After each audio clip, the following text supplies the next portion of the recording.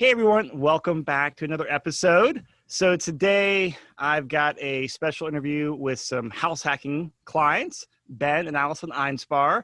So just a little over a year ago, they bought a great house hacking setup in Arvada. And so we're going to sit down, talk about their story, their process for finding it, how they run Airbnb while living there, and then how Airbnb is like post-COVID or during COVID. So it should be a good one. Guys, I'm excited to have you on here.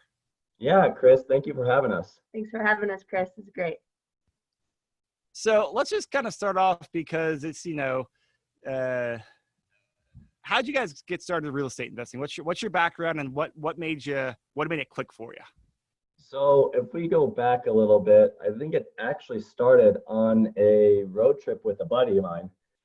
We were driving, we were just talking basic fundamentals of investing, and he brought up real estate investing. And then we kind of talked about it, and he said, "Hey, Ben, you should listen to this Bigger Pockets podcast. It's awesome." And I was like, "Oh." And so I started listening to that on my long commute to and from work, and shoot, after that I was hooked. What about you, Alyson? Were you getting hooked at the same time? Yeah, it took a little bit longer for me to get on board. I was quite the skeptic, but after looking at practical numbers and a lot of other females doing some real estate investing, some Airbnbs, I became more interested, and I knew how passionate Ben was about it, so I had to be a little bit on board to make it work. So how long was like Ben into it before you got into it? Are we talking months? Yeah, I'm just curious. Like, what was? That's a really good question. I remember a very distinct time when Ben and I first started dating, when he was looking at buying duplexes in Omaha, and to me that just sounded like a nightmare, a tenant nightmare. And so that was back maybe 2015.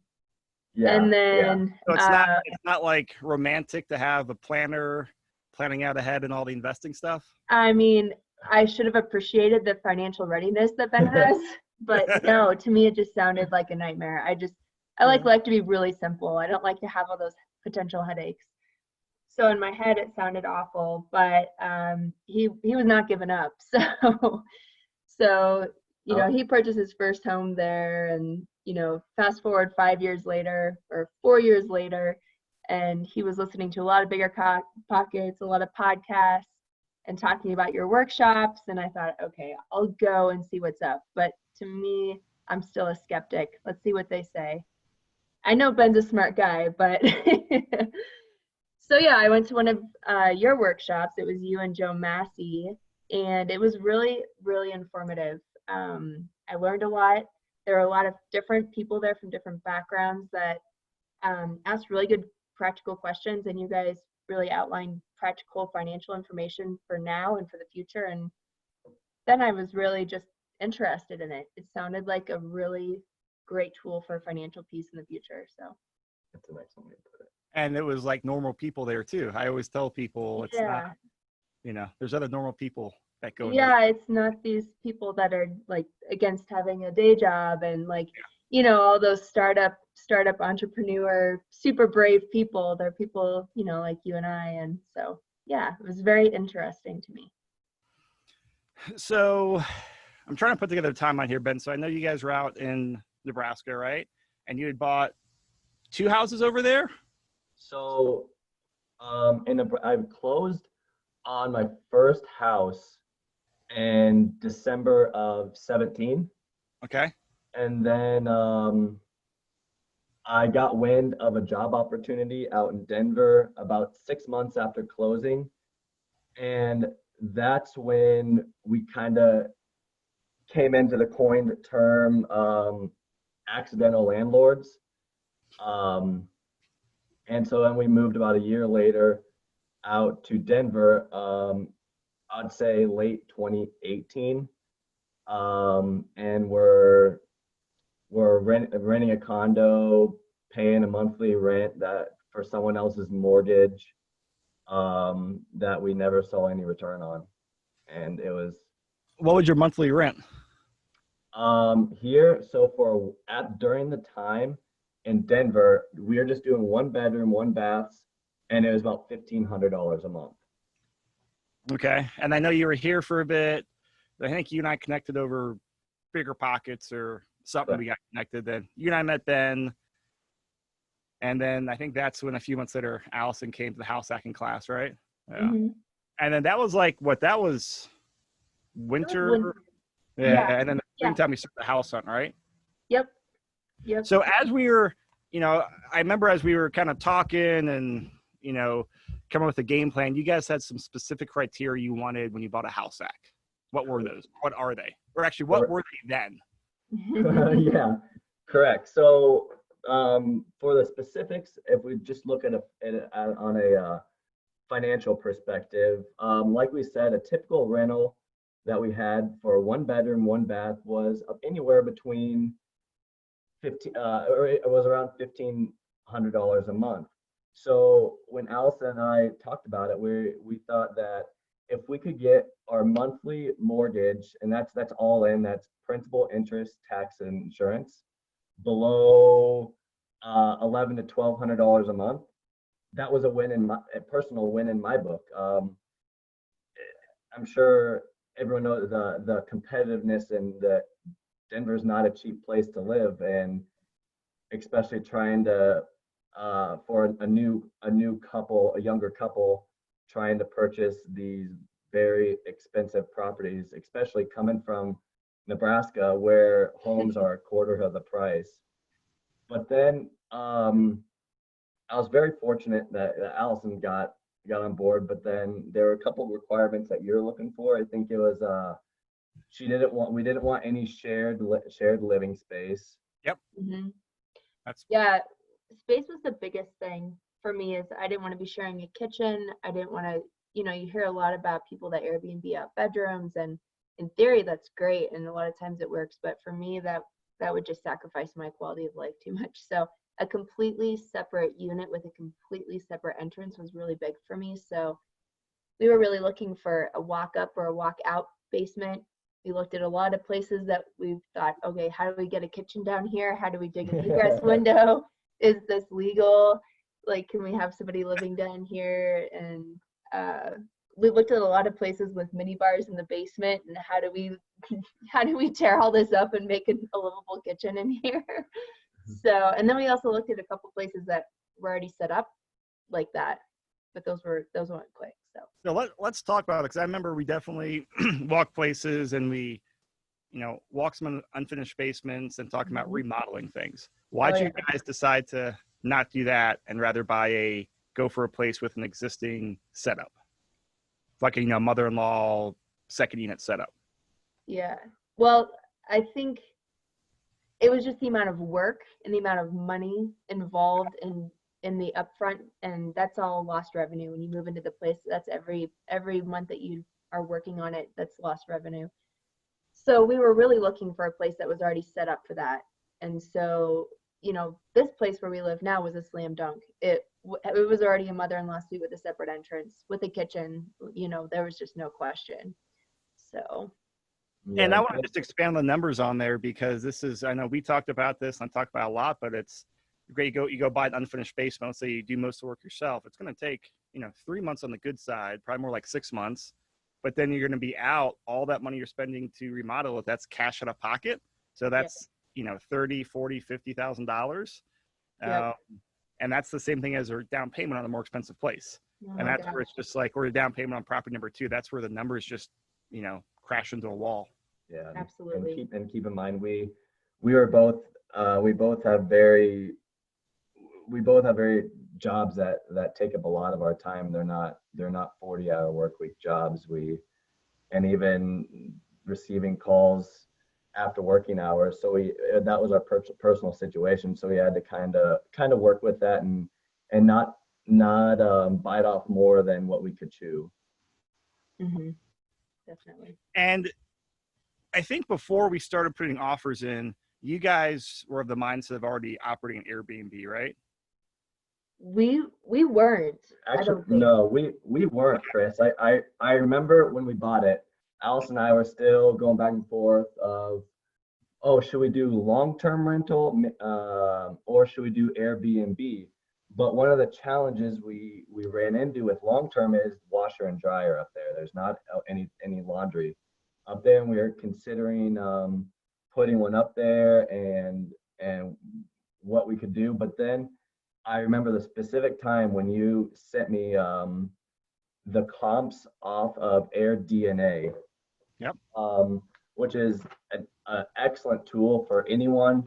I would highly recommend it, and it's actually very accurate for anyone considering Airbnb. It just gives the average occupancy rate per month, and then like I think it's a square mile, and then also the average daily rental rate. And based off those numbers, you can get your annual income you'll get, and that was kind of the change where we decided to go with. And I still have the email right here. As I think occupancy rate was about 70%, and this was, keep in mind, this was during prime summer times. I think April, May, so people are doing a lot more traveling. But I think average daily rates were anywhere between $95 to $105 a night, and we're like, holy cow, that's a good chunk of money.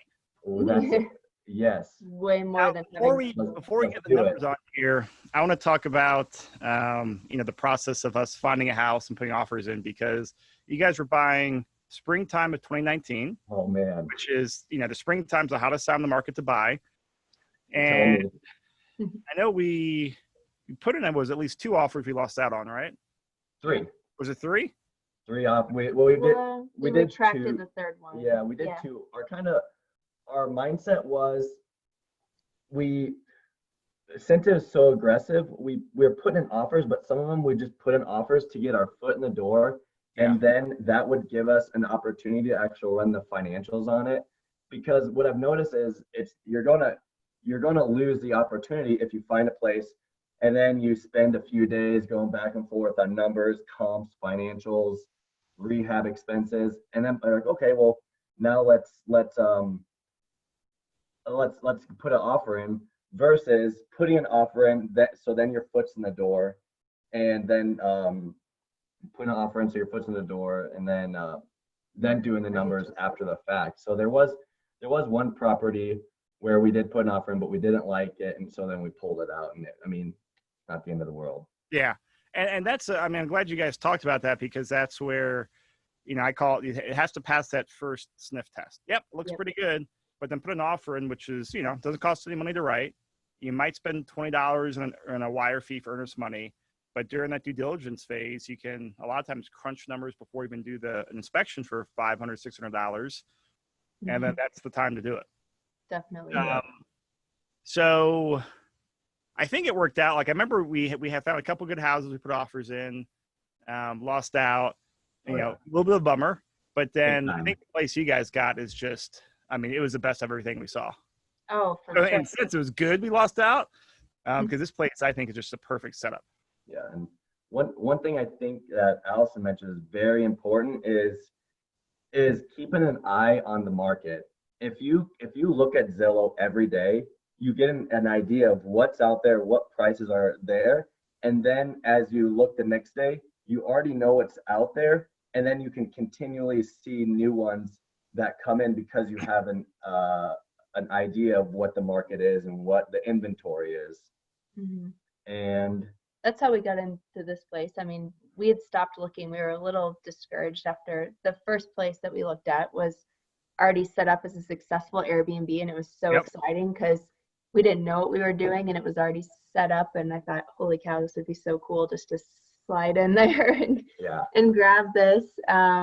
And it was really nice. They had done a nice job renovating, but it wasn't meant to be. And then, so after that, we just tried to keep watch every single day and see what was popping up, and really look for mother-in-law suites and walkout basements and all those keywords that were important to us.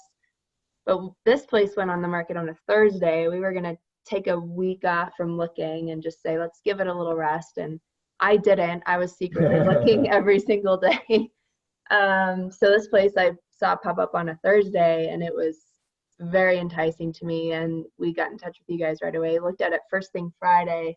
Maybe it was at noon on Friday. I had done a couple drive-bys that morning and saw some cars there. So I knew people were already looking. And so, I mean, we knew right away it was exactly what we were looking for and wanted to go for it. And, you know, the neighborhood and just everything, it was a slam dunk for us. So describe the layout, like paint the mental image of the house is laid out for our listeners here.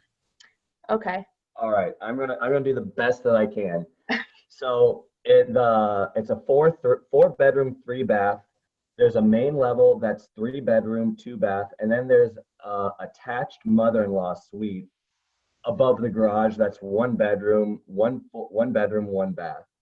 But the key is that makes it is so great for us is to access it. The garage is on the right-hand side of the house. And then we have a gate that they walk through a path where we kind of created a garden, and you go around the house and then you turn left. And then for every house, there's a back entrance into, like, let's say the kitchen. So then you walk in there, but what the previous owners did is they built another temporary wall. So when you go into that, you're kind of in a little corridor. Then that's when you go up these back stairs up into this mother-in-law suite. So if we're in our kitchen to go outside, we have to go through the first door that goes to the corridor up to the mother-in-law suite. And then there's a secondary door that goes outside, if that makes sense. Yeah. I think the other just key layout item for me is it's shaped like an L. So our house is the big part of the L. The garage is the little part of the L. The Airbnb suite is above the little part of the L. So they're not above us, which wouldn't be terrible anyway. We're used to living in apartments. We've done that. But their space is very separate from ours. They're above the garage. So, you know, even their bedroom is not directly into the door, so they don't hear the garage door opening. So there's a lot of private space between the two of us. So the layout is really key. And I think guests are looking for privacy too when they come stay. So. I mean, yeah, when I get Airbnbs, I want privacy. I don't want to be like sharing the kitchen with someone. Right, absolutely. So it's very nice in that regard.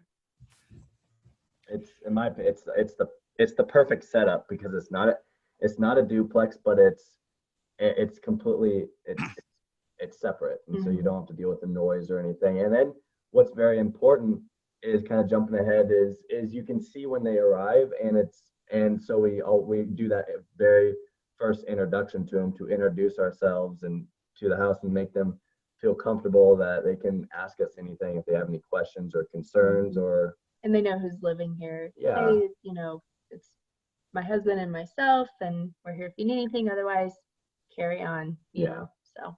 Because some people want to sit and chat and hang out, and then other people just want to go about on whether they're on vacation, they're here for business, or a graduation, touring the local colleges, or maybe just here for a Red Rocks concert, which we see that quite a bit as well. So I know when you guys bought the place, let's talk about like kind of getting moved in and operating on there, or you know, Airbnb operating, because the main house is, I mean, that was in pretty good shape. Like I remember, like pretty much remodeled and ready to go, or updated, I should say. Yeah, they had gutted everything.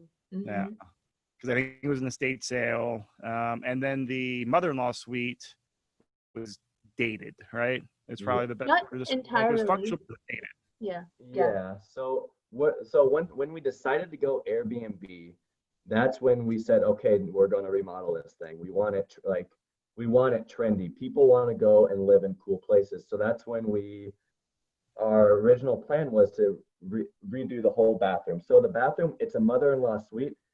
Our mother-in-law. So there's a bathtub and a bathroom, but we wanted a cool walk-in shower. So it was a complete gut remodel that we did ourselves in the summer, which had its own challenges. And then And then Allison did all the remodel of the kitchen. Actually, she did all the flooring, the tiling, the painted and updated the cabinets. I just started demoing because we were working on the bathroom, and to me that was not very much fun. So I was like, well, I'll just start demoing the kitchen, do my own thing. We'll figure this out as we go. It had a big old green stove, but Remember it that. wasn't entirely dated. It had gotten paint and it had gotten new carpeting, so that part was nice. So it was really just the bathroom and the kitchen that needed some love. So how much did that cost, and how long did it take you to do that work? Okay, so I guess we'll go into a larger financial picture of the house was listed. The house was listed for 425, and we bought it for 435. Yeah. But the rehab was about 3,500. We did have a little issue with plumbing where I had to hire someone for about $600 to do some plumbing work. And then the furnishing, where we got the bed, tables, towels, everything was about $1,500. So everything all in was a little over $5,000 for furnishing it and the remodel. And it took us, I'd say, about 3 months. And if we would have had a contractor do it, I'm guessing they could have had it done in a week. But the 5,000 would have turned into 15,000, which I didn't want to deal with that. Plus we learned a lot, and it was good relationship building. Is that sincere or sarcastic? Because No. I mean, it definitely had its challenges. It don't always go that well. No, it definitely had its challenges, but it teaches you how to work together. When you both know you have the same goal, you just got to work together. It's tough. I mean, two of us trying to tile in that tiny little loft bathroom in the heat of the summer. That was fun, but we got through it, and I'm really proud of the work we did. I think it looks really great. We take better care of it, I think, because of the labor of love that we had for it. So can I link to your guys' Airbnb listing in the show notes so people can see the photos? Absolutely. Cool. Yeah. And the big thing is it took sacrifice, because it's summer and we want to go out and barbecue with our friends and hang out and go on bike rides. But I mean, when you get home from your job, we cooked a quick meal. Then we were working on the B&B till about 9-10 o'clock, Monday through Friday. Saturday we were up from about 8 a.m. working till about 9 p.m., which is very frustrating. I mean, Alice and I can remember driving down Old Town Arvada at 1 o'clock on a Saturday and seeing everyone out on their bikes, having some drinks, having dinner, and we're like, gosh, that you guys are going to Home Depot, right? And we're on our fourth trip to Home Depot We actually took a selfie at that time because I said, let's remember this moment, because this part really, really sucks, right? But it's going to be worth it because this is so temporary. And we did, and we look back at that picture and we're like, man, A, we look like crap, and B, we got through it, and it's worth it. You know, it's temporary. It's 100% worth it. I mean, you just got to grit through it. Yeah. Turn off Netflix. Yeah. We learned a lot. Set your priorities. Yeah. Anyone can do it. You just got to prioritize. Let's talk about like the numbers and getting the actual like listing and your first guest into the Airbnb. Perfect. Okay. So the numbers are, do you have that with you? So the numbers as far as like the listing, when we first went live with our Airbnb? Yeah, just kind of talk about getting set up and those numbers and have you adjusted, and just tell us everything. Yeah, so I think that we did a lot of work actually on a road trip, and we were setting up the listing and really doing a lot of research in the area and what their listings look like. They vary so much as far as what kind of information you have on there and how you want to price it and how you want it to look and all the things that go into the listing. So we started our prices really low. We wanted to make sure we weren't over promising, and so we wanted to get people in there and get some really good reviews in there, because I think people really look at reviews for everything now. So we wanted to get good people in there with good reviews and get some feedback, positive or negative at first, whatever. And we were shocked as when we listed it, we just started filling. I couldn't believe it. Like, where are all these people coming from? They're, they're visiting from all over. And they were so pleased. And I think they were really pleased because of the comforts we provide, a lot of quick communication. I think that was the biggest thing, is we want to be really on top of messages. People want to know, hey, I want to book this right now, but I need to know this very important piece of information from you, and they don't want to wait an hour for that. They want to know right away. Someone else then, or they find another listing. Right, exactly. You're done. So we really tried to be on top of that.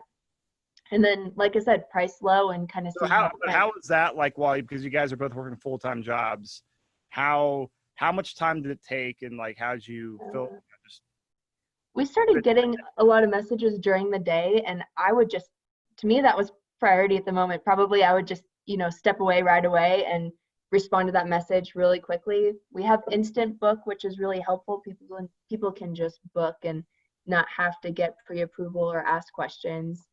But I always try to respond even when they book right away. Thanks for your message. We're really looking forward to hosting you. And I think just having that communication is really important to people. So we started filling up quickly, and then I got nervous because I thought, oh my gosh, are we going to book out like a year? What if we can't, which it doesn't. It tends to book out maybe 6 weeks at the most. People don't plan out super far, at least here. So it was very manageable. I think it's quick communication, and then having kind of a template for, your welcome message. You copy and paste it, you tailor it to that person if need be.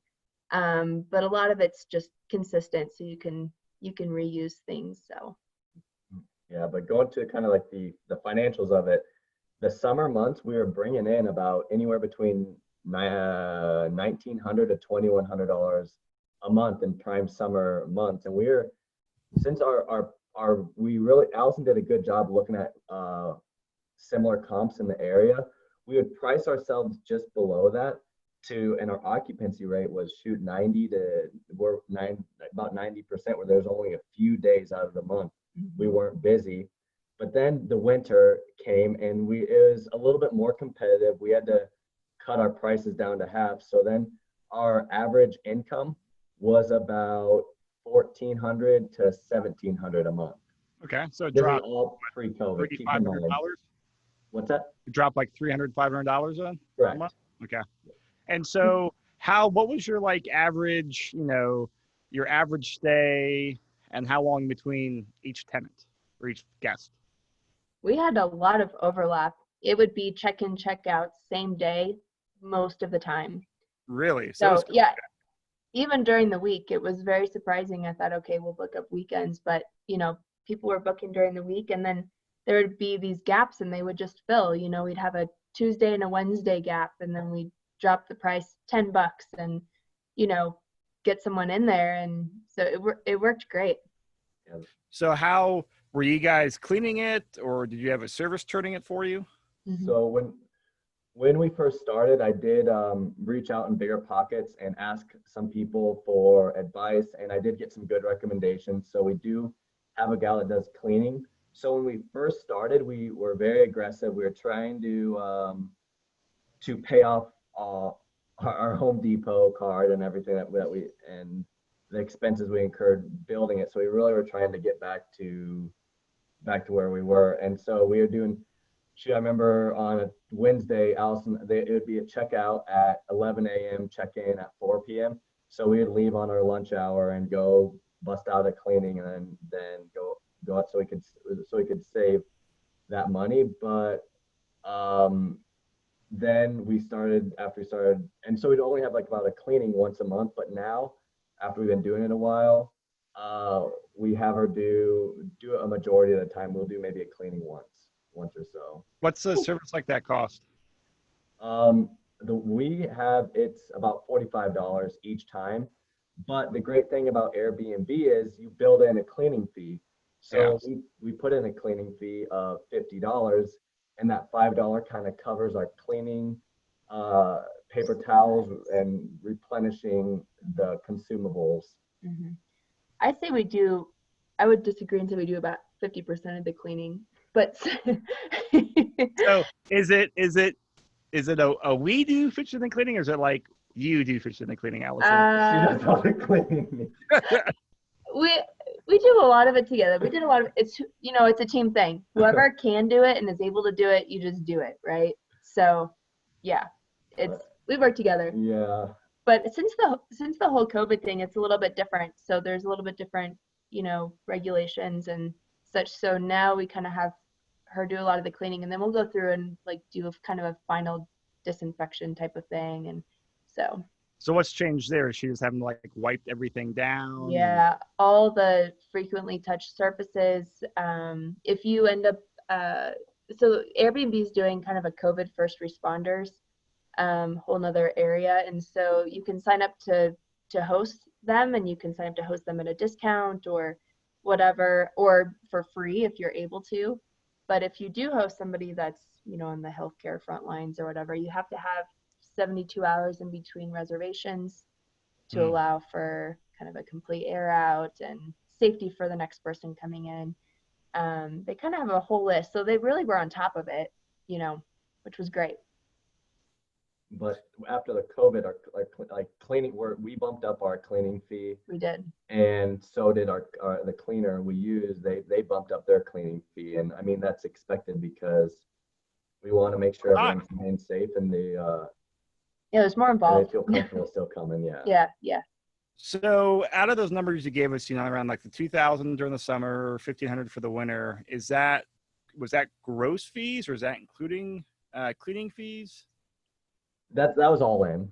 That was everything. That was all in. And that's all in. That doesn't include, we would always hold back because we knew this is all pre-tax money. So we knew we were going to get a big hit on taxes. So whenever we would do our financials at the end of the month, we would save about we would hold back about 28%.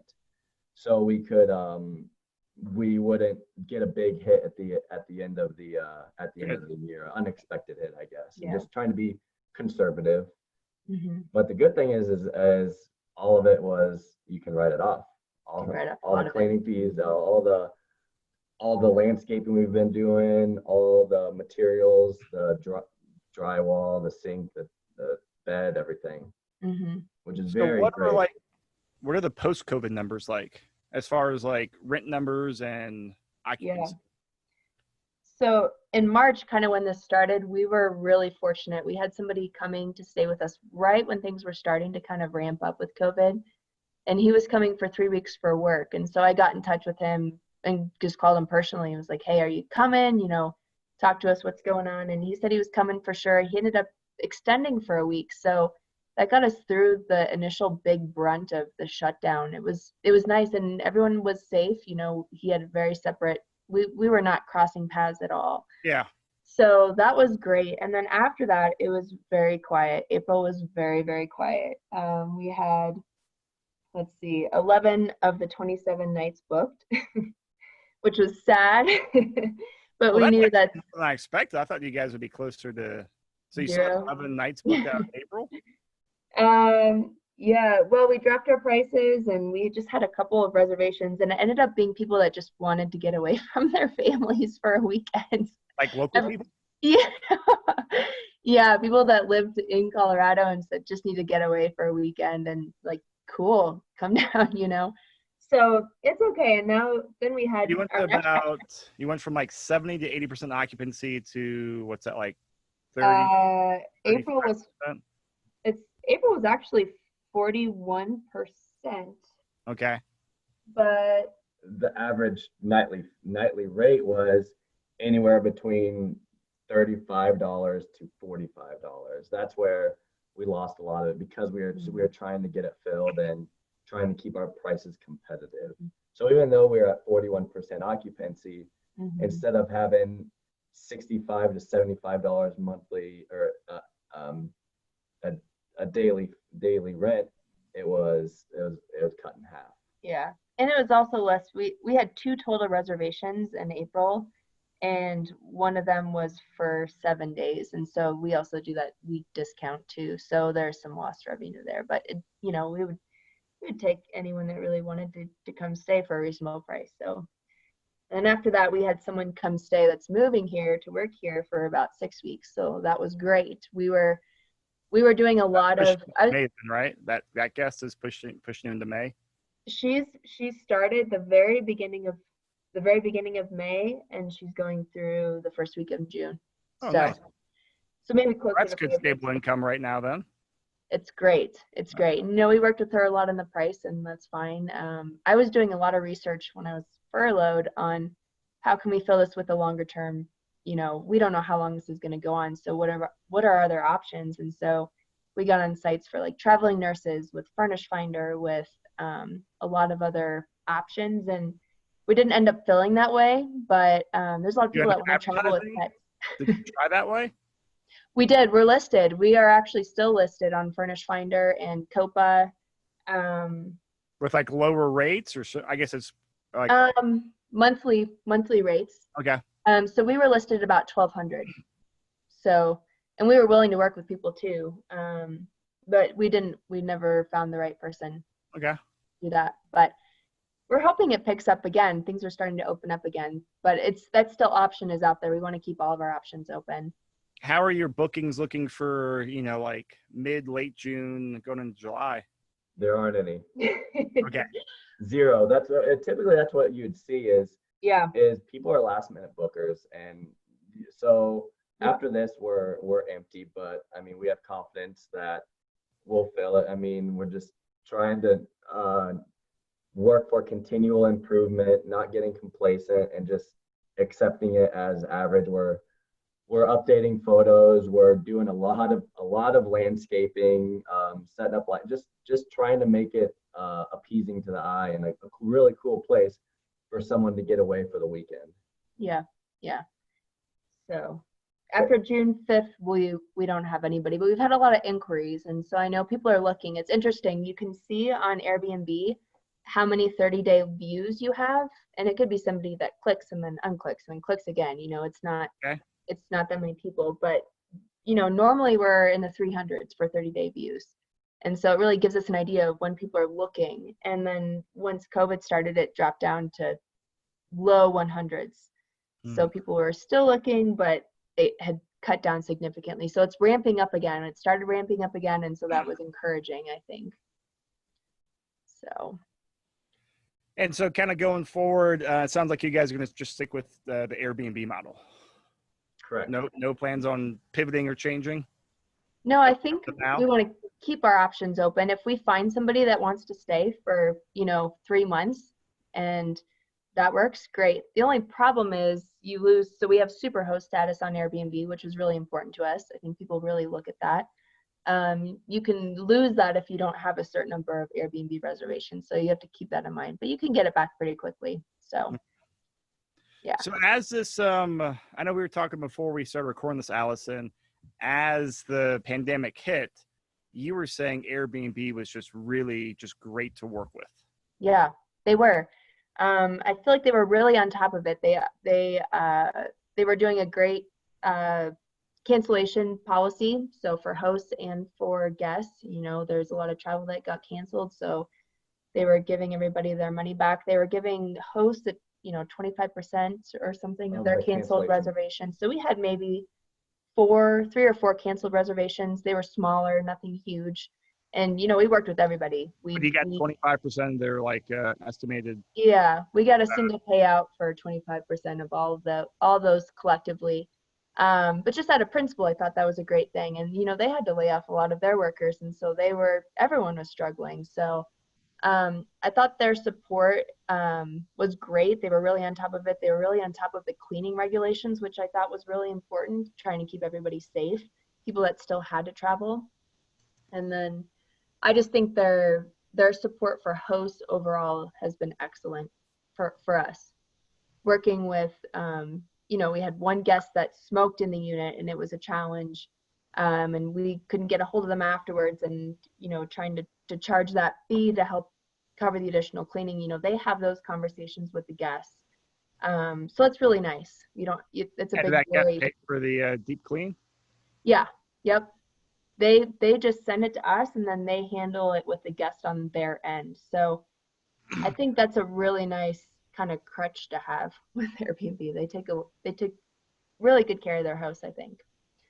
So You take away a lot of the headaches, because I mean, yeah. having to check out at 11 o'clock and you realize your cleaner calls you and says, "Do you know these people are smoking cigarettes in your unit?" Like, and we don't have any hardwood floors, it's all carpet, and that soaks up the smell. But they're able to put in a little bit more elbow grease and get it clean for a reservation for the check-in at 4 o'clock. And yeah, like Allison said, Airbnb handled the difficult conversations and made sure they took care of it. They took care of the situation. Right. So when it comes to like just the day-to-day and week-to-week operations, because this is you guys are running a hospitality business and it keeps you busy. It sounds like, Allison, you're doing a lot more of the client communication. I'm guessing also working with Airbnb. And then Ben, you're like more just running the cleaning services. Like how do you guys divide and conquer? So divide and conquer, Allison handles 90% of the communications, because she's just able to, I guess I would say, I don't know how to put it. She's more kind. She's more kind, where my answer is just like, yes, come at 5. I'm just direct to the point, where she's is able to better. I know what you mean. Like just more the clear, just expands upon it, creates conversation, and not just a 3 sentence or 3 reply. And so she does manages a lot of the operations. We work together on pricing. If we want to change it, we kind of communicate with that. But there'll be times where she's in clinic and we'll get a reservation. She'll just shoot me a quick message and I'll handle it at work. But then, and when it comes to any of the repairs, the remodeling, the updates, I do myself. With my help. With her help, sorry. Yeah. No, we definitely work together. We definitely work together, and it works well. But there's a lot of coordination. Like the first thing I do when I wake up in the morning is look at the app. Like, during normal times, do we have a check-in today? Somebody checking out? Do I need to send a welcome message? Do I need to get sheets out? Do I need to, have we had guests here for 7 days? Should we put out new towels? Should we check in with them? Like, I'm just kind of watching that every day, and it's certainly manageable. So do you have like your checklist for everything? Not really. I think I just kind of have it just in my head. Checklist? Yeah, I probably should, but I think we stay pretty well on top of it. I'm thinking about it kind of all the time. Yeah. The key is having a system in place to where if we need to clean quick, we set everything out the night before, all the towels.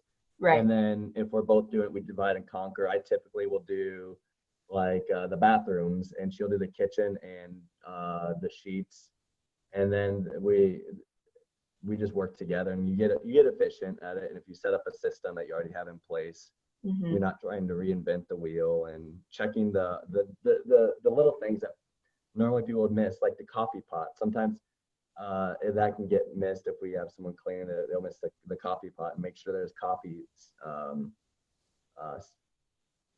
supplied. Yeah.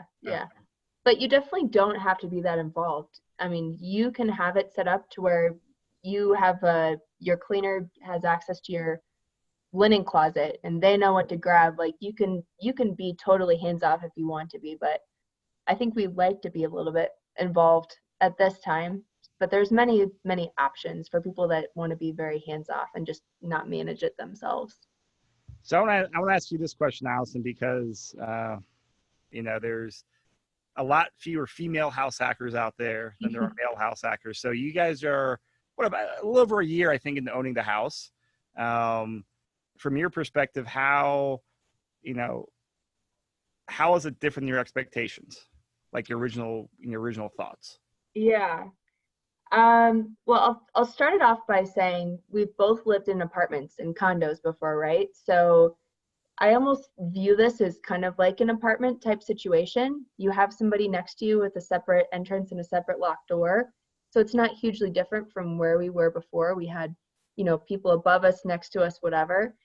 And we've never used that space personally. And so we never got personally attached to the space. So it's always been separate. But I think some of my biggest fears going into this was, sacrifice or sharing your space, even the outdoor space.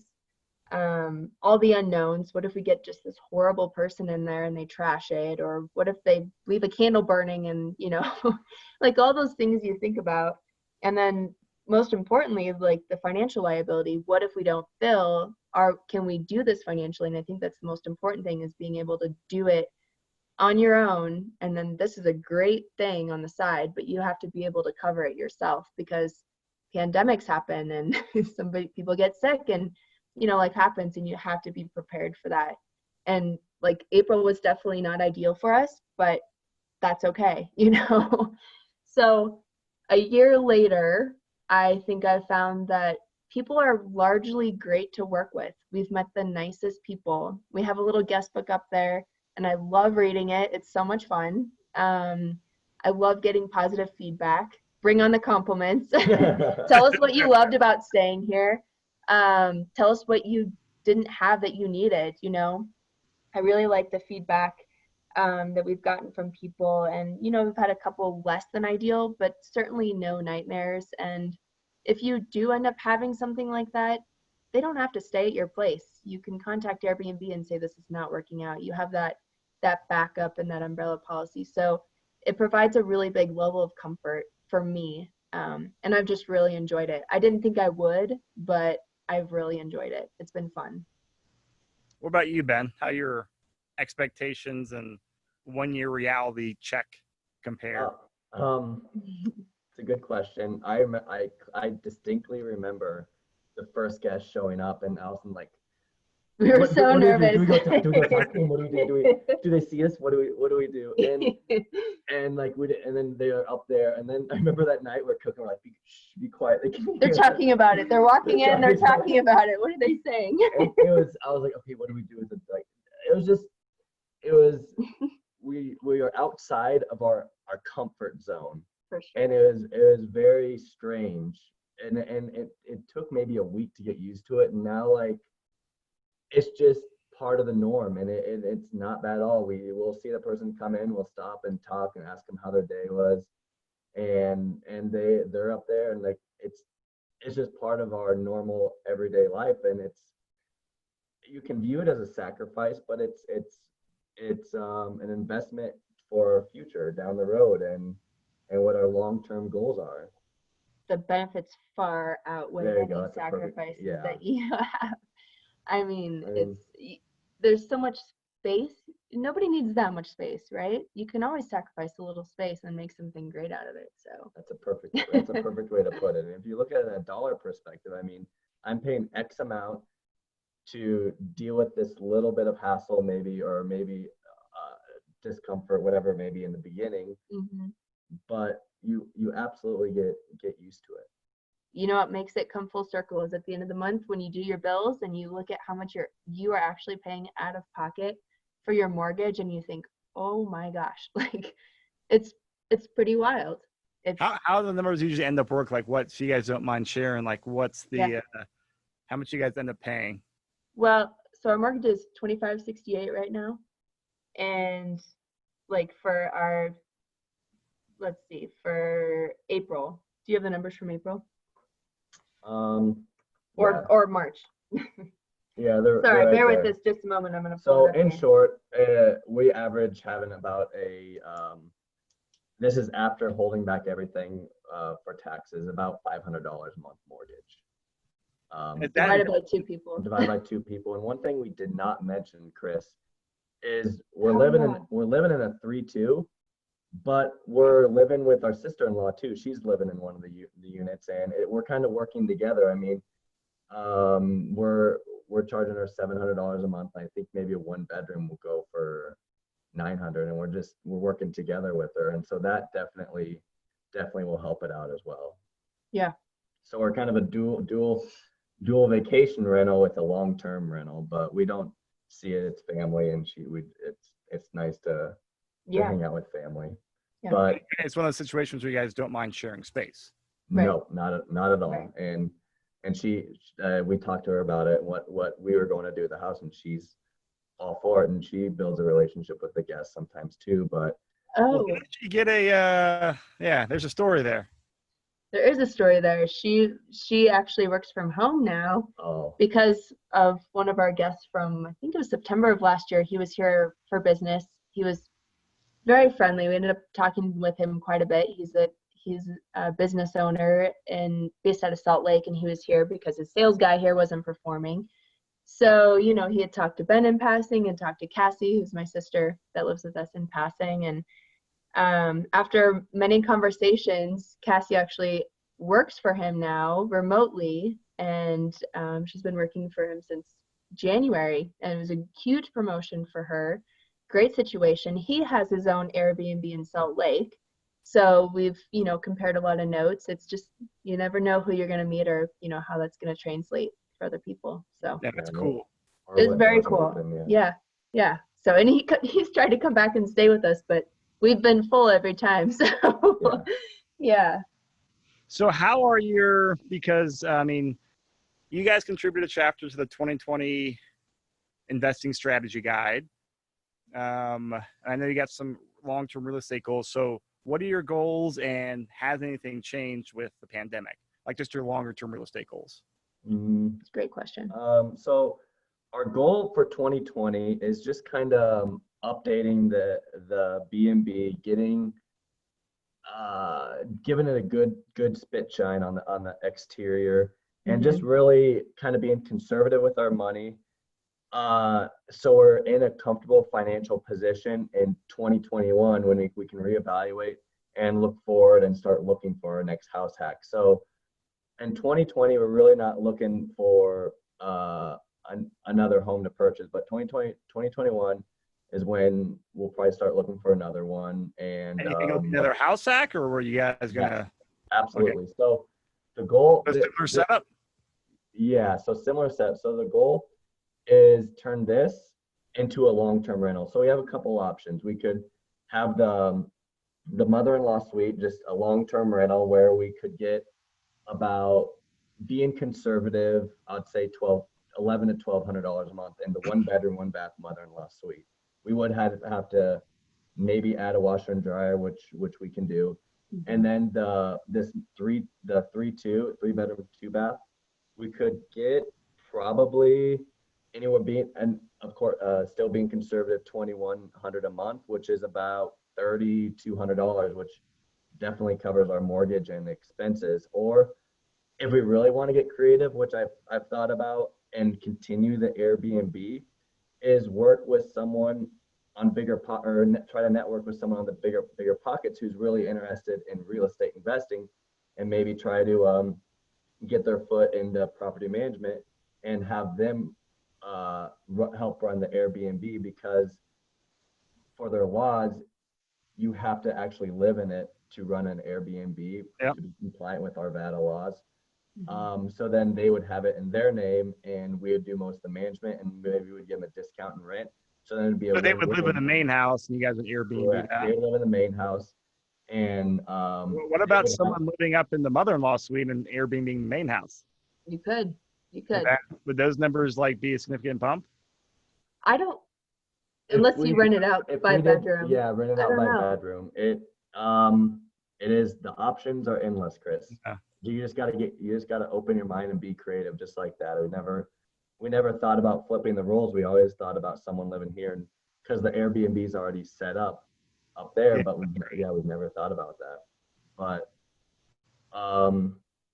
yeah, that's our goal, is to move into the next one, then do the same thing. Look at something with something. Definitely, we're not going to do with any shared space. Our Cassie will move with us. We absolutely love Arvada, and we want to stick in this area, and in the area we are, which is about a mile northwest of Old Town Arvada. So it's a real crowd pleaser, because people can walk to the park. Yep. There are many parks around, and walk to Old Town Arvada and grab some lunch, whatever they want to do, or grab some coffee. Yeah. But yeah, move into another one and do the same exact thing, and Have an Airbnb, have an ideally. Airbnb. Yeah. How many more times do you guys think you'll do that? Like Uh, how Great question. we have different. Mine is I want to continue doing this to attain early financial freedom. Yeah. On so I can and but we are very fortunate for this, so I wouldn't mind doing it 2 or 3, even 4 more times. But it's just whatever we're comfortable with, and it's just not me. It's us. And when we start having a family, what works best for Yeah. our family, and we're not overextending ourselves and trying to bite off more we can chew to where we're exposed to do something just enjoying it. Yeah. Would you agree, Alvin? I hope. well, well, I was going to say part of the reason too that we really wanted to stay this year is we got to know so many of the people on our street during this whole COVID thing, and it has been so lovely. It's just really changed the culture around here. It's been great. So we're not in a huge rush to move, but with that as our goal, our next goal. And I'm open. I'm open. Feed me those numbers and we can talk. I need your help, Chris. But yeah, as I said, our neighbor, like I absolutely love our neighborhood. I love our neighbors. They're great people. They're our same age. And one thing I guess I didn't mention either is we talked with our neighbors and told them, hey, this is what we're doing. Here's our number. If you ever have any issues with someone in your spot, noise or anything, please call us right away. And like, oh, that's awesome. Like, I'm jealous. We should be doing that. And I was like, well, if you want help, I know a agent that can definitely help you out. And if you need help after the closing process, setting up your listing, doing any of the rehab, furnishing, I'll be glad to help you out. I have my career but this is my passion is house. Yeah, talk about that for me, because I know we talked about this before, like all the COVID stuff. I mean, you guys are really enjoy doing this and looking to do some consulting or help other people as well, right? Yeah. You did. I actually have. So, well, pre-COVID, I networked with a lot of people that are interested in house hacking, and they just don't know and are uncertain. So I'll meet with them and I would grab a coffee, and I would even let them see what we're doing, and they would kind of show me what they're doing. I'd kind of give advice and help them out. And now I'm actually still doing that, networking with people, but now it's through Zoom and Skype and whatever it is kind of just because what I've noticed is that's where there isn't really anything out there that someone to help you, walk you through the process. Because now that you have the house hack, what's next? Do I set it up? Should I do a long-term 1 year lease? Should I even do a medium term where it's 1 month or 3 months to a traveling nurse, or even try to get my foot in a vacation rental? And that's where I help out. And even on the rehab side of things, you can accomplish, and you can do more than what you think you can. Like, this remodeling seems like a huge feat, but I've never done. I guess I've had construction experience, but we just did our whole entire remodel ourselves, YouTube. And so that's where Yes. I love helping out people, and even on the construction process, getting them pointed in the right direction. And that's just what I absolutely love doing, is helping out people. So if getting people into the house hacking market. want to reach out to you and connect, what's the best way for them to get a hold of you? Email, Phone. Okay. email, phone number, whatever's easiest for them. You can provide my phone number or email on the link, the show notes, and give me a call. I'd love to chat, have coffee. Well, all right, actually, it's over Zoom now. Virtual coffee, virtual beer, and we'll discuss. We'll see what your long-term goals are and what you're actually wanting to do. See if it's something you'd like, and I can help you, point you in the right direction. And I love it. Great. All right. So as we wrap this up, guys, any kind of final thoughts you want to share, or parting words of wisdom? Coming from the biggest skeptic, it definitely can be done, but you just have to know what your deal breakers are, I think. You know, what's most important to you, and don't sacrifice on that because you won't be happy. Like, find something that meets those big hitters and give it a whirl. If it doesn't work, it doesn't work, you know? I don't know. Yeah, it's my is you hear everyone's so quick to come up with an excuse why they can't do it, that they don't have time, they don't have the money, but you have time for anything you want to make time for. You just got to turn off the Netflix. You got to manage your time accordingly, manage your weekends, and make time for it. And you can do it. You got to have the discipline, and you got to have just the grit to grit through it and do it. Anyone can do it. Just got to get creative, and you helped us a ton with that. Like, just, you know, how many basements did we look at? We were like, we could put a kitchen in here if we just, you know, move this wall and firefighter. Chris, can we put a kitchen down here? And you're like, okay, let's move on. So I think you can get really creative. I think it's a whole new concept for a lot of people, I think, you know, sharing your space, your living space. But I think if you kind of break past that mental barrier, I think you can think of a lot of options, and you can have it can be doable, and you don't have to sacrifice. So Great. Well, guys, thank you so much for taking some time out of your weekend to record this with me. I had a great time catching with you guys. I know our audience will definitely enjoy listening to it as well. But if you guys want to reach out to them, again, I'll put their contact details in the show notes. Reach out, you know, grab a virtual cup of coffee, whatever. But again, just thank you guys so much for hopping on here. Thanks for having us, Chris. Absolutely, Chris. It's been a lot of fun. Yeah, thanks for having us.